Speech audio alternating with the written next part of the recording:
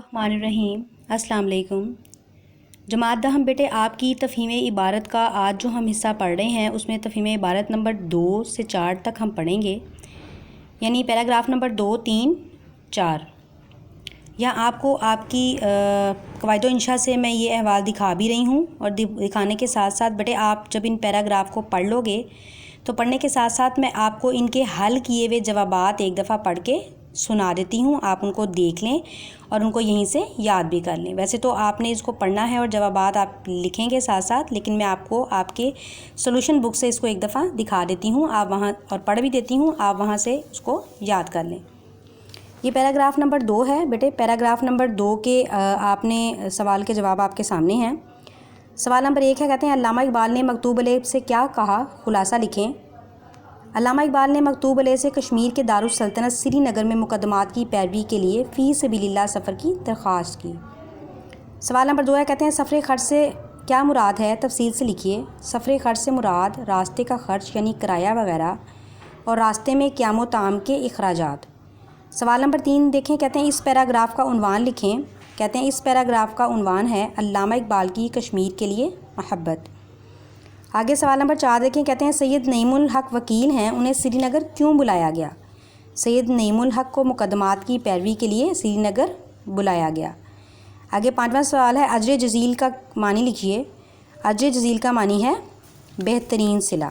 ٹھیک ہے بیٹا، آگے دیکھیں یہ عبارت نمبر 3 آپ کے سامنے ہے۔ عبارت نمبر 3 آپ ایک دفعہ پڑھ لیں اور اس کو پڑھنے کے بعد آپ کے سوالات کے جوابات میں آپ کو سنا دیتی ہوں۔ سوال نمبر 1 کہتے ہیں آپ کے خیال میں خط کے ضروری حصے یعنی اجزاء کیا ہیں؟ میرے خیال میں ایک خط کے ضروری حصے یعنی اجزاء 7 ہیں: مقام روانگی و تاریخ، القاب، آداب، نفس مضمون، دعائیہ کلمات، خاتمہ اور مکتوب علیہ کا پتہ۔ سوال نمبر 2 کہتے ہیں آپ نے غالب کے خطوط پڑھے ہیں، ان کی زبان کیسی ہے؟ غالب کے خطوط کی زبان سادہ اور سلیس ہے، ان کے خطوط میں ہلکی پھلکی ظرافت، شوخی اور زندہ دلی پائی جاتی ہے۔ آگے سوال نمبر 3 ہے، حامد حسن قادری نے غالب کی مکتوب نگاری کی جو خصوصیت بتائی ہے اس کا خلاصہ لکھیں۔ مرزا غالب نے اپنے خطوط میں لمبے چوڑے اور مشکل القاب و آداب کی بجائے سادہ اور مختصر القاب استعمال کیے ہیں۔ مرزا غالب نے اپنے خطوط میں مکالمے کا انداز پیدا کیا ہے۔ خطوط غالب کی ایک نمایاں خصوصیت زبان کی سادگی اور سلاست ہے۔ سوال نمبر 4 ہے، کہتے ہیں قدیم دستور مکتوب نگاری کیا تھا؟ مکتوب نگاری کا قدیم دستور ایسا تھا کہ اس کے مطابق القاب و آداب، مزاج پرسی اور خیریت نگاری کو قطعاً نظر انداز نہیں کیا جا سکتا۔ سوال نمبر 5 ہے، کہتے ہیں خط کیوں لکھا جاتا ہے؟ خط لکھنے کی وجہ مکتوب علیہ کی خیریت دریافت کرنا، یعنی جس کو آپ خط لکھ رہے ہیں اس کی خیریت دریافت کرنا اور اس کے احوال معلوم کرنا ہے۔ خط چونکہ نصف ملاقات کہلاتا ہے، یہ تحریری گفتگو کا دوسرا نام ہے، اس لیے خط لکھا جاتا ہے۔ آگے بڑھ دیکھیں، عبارت نمبر 4 ہے، میں اس کے سوال بھی آپ کے سامنے ایک دفعہ پڑھ دیتی ہوں۔ یہ آپ کی عبارت نمبر 4 ہے، اس کے سوال بھی میں آپ کے سامنے ایک دفعہ پڑھ دیتی ہوں۔ سوال نمبر 1 ہے، کہتے ہیں سراج الدولہ اور ٹیپو شہید کے بارے میں ایک مختصر پیراگراف لکھیں۔ جواب دیکھیں، سراج الدولہ بنگال کا حکمران تھا اور انگریزوں کے بنگال پر قابض ہونے کی راہ میں ایک بڑی رکاوٹ تھا، جبکہ ٹیپو سلطان حیدر علی کا بیٹا اور میسور کا حکمران تھا۔ ٹیپو سلطان انگریزوں سے شدید نفرت کرتا تھا۔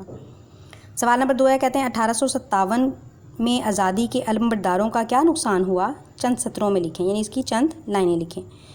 1857 کی جنگ آزادی میں ملک کا نقشہ بدل گیا، برصغیر کی تاریخ و ثقافت کو تباہ و برباد کر دیا گیا۔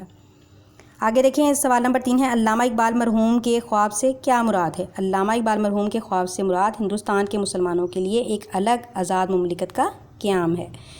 آگے سوال نمبر 4 دیکھیں، کہتے ہیں سر جنگ کسے کہتے ہیں؟ سر جنگ سے مراد تقریر و تحریر کے ذریعے لوگوں کے شعور کو بیدار کرنا ہے، یعنی خفیہ جنگ۔ آگے وہ سوال نمبر 4 کہتے ہیں تہذیب و ثقافت سے آپ کیا مراد لیتے ہیں؟ تہذیب و ثقافت میں گہرا تعلق ہے، دونوں کا جسم اور روح کا تعلق ہے۔ تہذیب کا تعلق مادی اشیاء سے ہے، جبکہ ثقافت کا تعلق فرد کی اندرونی کیفیت سے ہے۔ ٹھیک ہے بیٹا، یہ 3 آپ کے پیراگراف ہو گئے ہیں۔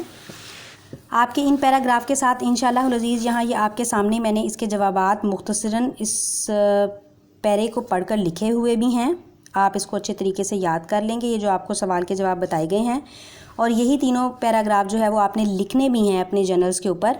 اس کے ساتھ انشاءاللہ جب آپ کلاس میں آؤ گے تو کلاس میں اور مختصر اس کو جب ہم ایک کوشش کریں گے کہ جلد سے جلد باقی نصاب کو ختم کرنے کے بعد اس پر بھی دوبارہ سے نظر ثانی کر لیں، اور ایک دفعہ یہ عبارتیں جو ہیں وہ آپ کے سامنے پڑھ کر اور اس کی سمجھ جو ہے وہ دوبارہ کلاس میں بھی جو ہے وہ سمجھا دی جائے، اور اس کے جو دقیق نکات ہیں وہ بھی آپ کے سامنے پیش کر دی جائیں۔ ٹھیک ہے بیٹا، آپ کے اس ہفتے کے کام میں یہی تینوں پیراگراف تھے، پیراگراف نمبر 2، 3، 4۔